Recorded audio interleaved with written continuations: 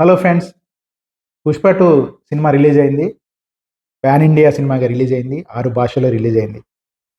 'పుష్ప 2' చేసిన హంగామా అంత ఇంత కాదు. గతంలో మనం ఏ తెలుగు సినిమాకి కూడా ఇంత హంగామా చూసున్నాం. రిలీజ్ ముందు, రిలీజ్ తర్వాత జరుగుతున్న హంగామా మామూలుగా లేదు. ఈ సినిమా విషయంలో మెగా ఫ్యాన్స్ 2గా విడిపోయి Pawan Kalyan fans, Chiranjeevi fans, Ram Charan fans అంతా కూడా 'పుష్ప 2'ను బ్యాన్ చేయాలంటూ సోషల్ మీడియాలో ట్రోల్స్ చేసినట్టుగా మనం చూసాం. దీని కౌంటర్‌గా అల్లు అర్జున్ ఫ్యాన్స్, అటువైపు బాలకృష్ణ ఫ్యాన్స్, ఇంకా చాలామంది ఫ్యాన్స్ సపోర్టివ్‌గా కొంతమంది, వ్యతిరేకంగా కొంతమంది వీళ్ళంతా కూడా 2 వర్గాలుగా విడిపోయి ఈ సినిమాని దాని ఫలితాన్ని శాసించడానికి ప్రయత్నం చేశారు. అయితే సినిమా రిలీజ్ అయిన తర్వాత ఫలితం మాత్రం చాలా గొప్పగా కనిపిస్తా ఉంది. ఎందుకంటే సుకుమార్ తీసుకున్న కంటెంటు, అల్లు అర్జున్ చేసిన యాక్టింగ్ ఇదంతా కూడా ఈ ట్రోల్స్ అన్నిటిని కొట్టిపడేసి సూపర్ హిట్ దిశగా సాగిపోతా ఉంది. అయితే అల్లు అర్జున్ కుటుంబానికి, మెగా కుటుంబానికి మధ్య గ్యాప్స్ ఉన్న నేపథ్యంలో ఈ సినిమా ఫలితం తారుమారుతుందని అందరూ ఊహించారు. కానీ దానికి భిన్నంగా అది సూపర్ హిట్ టాక్‌తో ముందుకు పోతుంది. ఇదొక పార్ట్. మరో కొత్త విషయం ఏంటంటే ఈ చిరంజీవి ఫ్యాన్స్ గానీ, పవన్ కళ్యాణ్ ఫ్యాన్స్ గానీ, రామ్ చరణ్ ఫ్యాన్స్ కానీ వీరెవరు కూడా ఈ సినిమా చూడొద్దంటూ సోషల్ మీడియాలో విపరీతంగా ప్రచారం జరిగింది. వాళ్ళు దీన్ని బ్యాన్ చేయాలంటున్నారని కూడా చెప్పుకొచ్చారు.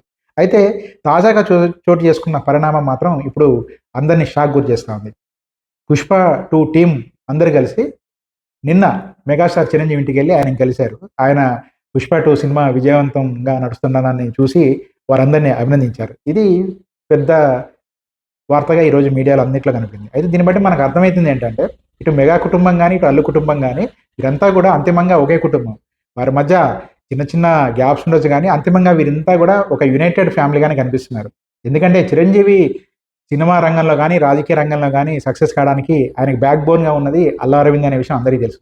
అదే సందర్భంలో అల్లు అరవింద్ కుటుంబంలో ఉన్న అల్లు అర్జున్ గానీ, మిగతా వాళ్ళు గానీ సక్సెస్ కావడానికి చిరంజీవి కుటుంబం ఎంత బ్యాక్ ఎండ్‌గా నిలిచిందనే విషయం కూడా అందరికీ తెలిసిందే.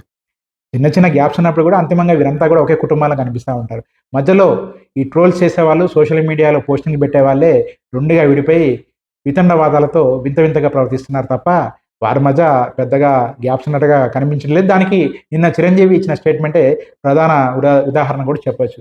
దీన్ని బట్టి మనకు అర్థమవుతుంది ఏంటంటే 'పుష్ప 2' సినిమా ఫ్లాప్ చేయడానికి సోషల్ మీడియా వేదికగా ట్రైల్ చేసిన అందరూ కూడా ఎర్రి పుష్పంగా మిగిలిపోయారని తెలుస్తా ఉంది.